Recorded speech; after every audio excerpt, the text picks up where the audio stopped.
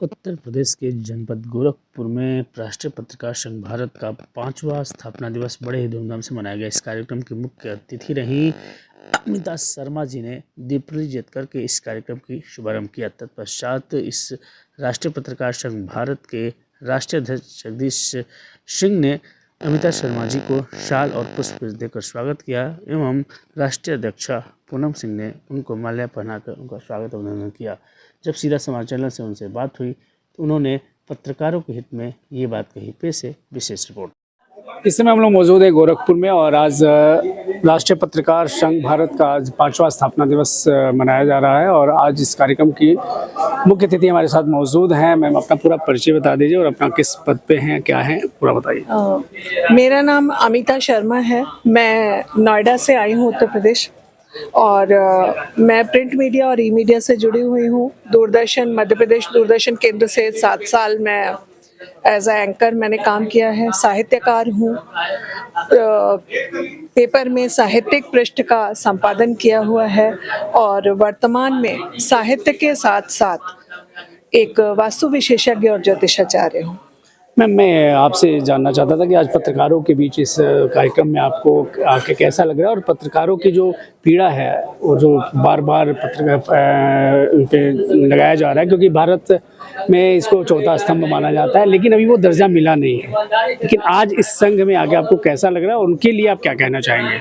जी बिल्कुल सही कहा आपने। इस कार्यक्रम में आके आज वास्तव में बहुत सारे पत्रकार भाइयों की पीड़ा सुनने में आई और वास्तव में सही बात है कि पत्रकारों को जो इज्जत, जो सुरक्षा मिलनी चाहिए वो नहीं मिल पा रही है और पत्रकारिता को चौथा स्तंभ कहा जरूर जा रहा है, लेकिन अभी तक पत्रकारिता को जो चौथा स्तंभ का दर्जा मिलना चाहिए वो नहीं मिल पा रहा है।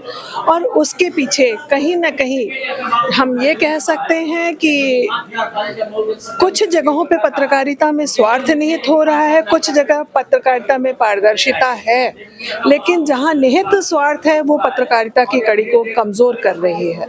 और पत्रकारिता हमारा आधार स्तंभ है एक तरह से, क्योंकि समाज की बातों को, समाज की पीड़ा को सरकार तक पहुंचाना, सरकार के संदेश को लोगों तक पहुंचाना, लोगों की भावनाओं को, लोगों के जो विरोध को या उद्वेग को या कष्ट को आम जनता तक पहुंचाना ये पत्रकारिता का मुख्य कार्य है। लेकिन कई जगह पे पत्रकारिता जो है वो स्वार्थ से निहित हो जाती है और वहाँ पे आके हम बाकी चीज़ों को नज़रअंदाज कर देते हैं।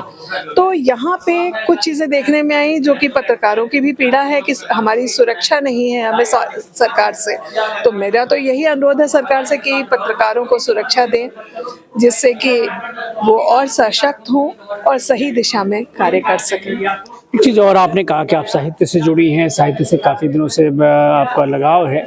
आज की जो युवा पीढ़ी है साहित्य से दूर होता जा रहा है और एक नया फैशन चल गया है रील बनाने का, वो जो कि साहित्य को और भी बिगाड़ने का काम कर रहा है। उसको लेके अपना सुझाव क्या देंगे? कैसे युवाओं को साहित्य की तरफ लाया जा सकता है, कैसे मोड़ा जा सकता है और आने वाला जनरेशन को कैसे इससे बचाया जा सकता है? क्या कहना है इसके बारे में आपका? देखिए, आपने बहुत सही प्रश्न किया कि आज की जनरेशन जो है वो रील बनाने में बहुत ज़्यादा व्यस्त हो गई है और साहित्य से दूर दूर तक कोई रिश्ता नाता नहीं रह गया है लोगों का। उसके पीछे कहीं ना कहीं आज का तकनीकी युग जिम्मेदार है। हम लोग पुराने समय को अगर देखें तो पहले हम पुस्तकों को पढ़ते थे तो उसका दिमाग में इम्प्रेशन जाता था और वो चीज़ें हम बार बार याद करते थे और सोचते थे और वैसे ही चीज़ें वैसे ही हमारा कार्य होता था, कार्य प्रणाली होती थी। आज की तारीख में युवा पीढ़ी जो रील बना रही है, मैं ये कहना चाहूँगी उसके पीछे कहीं ना कहीं मनोवैज्ञानिक कारण है कि वो अटेंशन क्रिएट करना, उन्हें ये है जल्दी से जल्दी शॉर्टकट अपना के लोग मुझे जाने, लोग मुझे पहचाने। मेरा ये कहना है सफलता बहुत अच्छी चीज़ है, सफल होना बहुत अच्छी चीज़ है, सफल लोगों को हम उदाहरण मान के आगे बढ़ें आज की पीढ़ी, ये बहुत अच्छी चीज़ है, लेकिन उस सफलता के पीछे के संघर्ष को भी महसूस करना चाहिए। ये आज की युवा पीढ़ी नहीं कर रही है और बहुत कम समय में बहुत कुछ पाने की इच्छा ये रील बनाने के लिए इन लोगों को प्रेरित करती है, जिससे कई बार एक्सीडेंट्स भी होते हैं। रील बनाते बनाते लोग पीछे गिर गए, झील में गिर गए, नदी में गिर गए। तो मैं बस इतना कहना चाहूँगी कि बजाय इसके कि आप रील बना के अपने को पॉपुलर करें, उसकी जगह पे अच्छी किताबें पढ़ें। अच्छी किताबें पढ़ेंगे तो सोच अच्छी होगी, पॉजिटिव सकारात्मक विचार होंगे और कुछ समाज को आप देने का प्रयास करें। इसके लिए हम जो आज की युवा पीढ़ी के माता पिता हैं उनको भी हम यही संदेश देंगे कि वो बच्चों के साथ समय व्यतीत करें। आज की पीढ़ी जो है, युवा पीढ़ी, माँ बाप दोनों वर्किंग हैं, बच्चे मेड्स के सहारे पढ़ते हैं, बच्चे मेड्स के सहारे पल रहे हैं। शायद हम उसमें ये परवरिश नहीं दे पाएंगे जो इस परवरिश की हम उम्मीद करते हैं, क्योंकि आज के बच्चे हमारा कल का भविष्य है।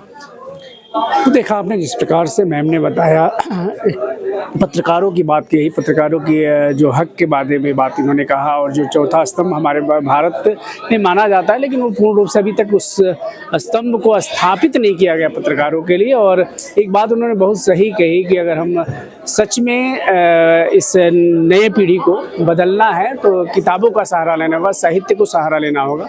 आगे भी इनसे चर्चा होती रहेगी। और आज गोरखपुर में हम राष्ट्रीय पत्रकार संघ का भारत का 5वां स्थापना दिवस मना रहे हैं, तो आगे भी हमारे साथ बने रहिए। फिलहाल के लिए इतना ही। मैं वेद प्रकाश सिंह, गोरखपुर से सीधा संवाद।